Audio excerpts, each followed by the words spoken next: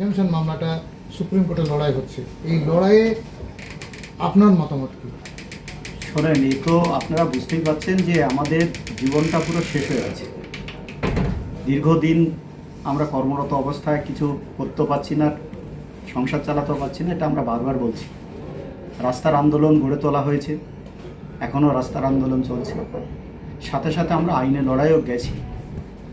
ইপিএফের দুটো মামলা আপনি যেটা বলেছেন, একটা হচ্ছে ইপিএফের এক্সামশন যে মামলাটা, আর একটা হচ্ছে ব্যাকলগ।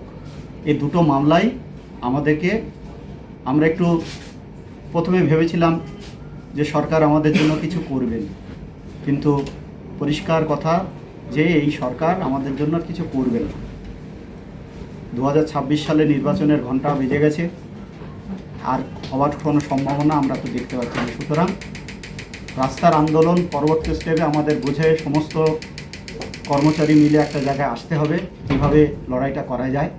তার সাথে সাথে এই মামলাটা আমরা একটা সিদ্ধান্ত নিয়েছিলাম, আমাদের যখন সমগ্র শিক্ষা বাঁচাও মঞ্চের অবস্থান মঞ্চ থেকে আমরা বলেছিলাম যে সমস্ত কর্মীরা 300 টাকা করে তারা আমাদের যে ইপিএফ মামলার যে কেস, যে মামলার যে বই অ্যাকাউন্ট আছে আমাদের আইওবিতে, সেই মামলায় আপনারা সহযোগিতা করবেন।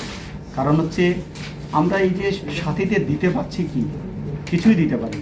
সুতরাং এই দুটো মামলাকে আবার আমাদের চালিয়ে নিয়ে যেতে হবে। আমি যে সংগঠন বিলংস করি, নিখিলবঙ্গ পার্শ্ব শিক্ষক সমিতি, সর্বতোভাবে এই মামলায় পাশে থাকবে, লড়াই আন্দোলনে পাশে থাকবেন। তার জন্য যতদূর যেতে হয় আমি সমস্ত সংগঠনের সমন্বয় সমিতি আছেন, আমরা বঞ্চিত পার্শ্ব শিক্ষক যারা আছেন, কর্মচারী বৃন্দ যারা আছেন, সবাইকে আমি অনুরোধ করছি, আহ্বান করছি যে সমস্ত তিক্ততা ভুলে সাথীদের জন্য কিছু করার চেষ্টা করে আসুন। আমরা এই দুটো মামলায় আবার আমরা লয়ারের সাথে কথাবার্তা বলে কিভাবে এই সরকারকে এর কাছ থেকে অন্তত ইপিএফের যে হারানো সাথীদের জন্য কিছু করার যেতে পারে, এই আহ্বান আপনাদের রাখছি।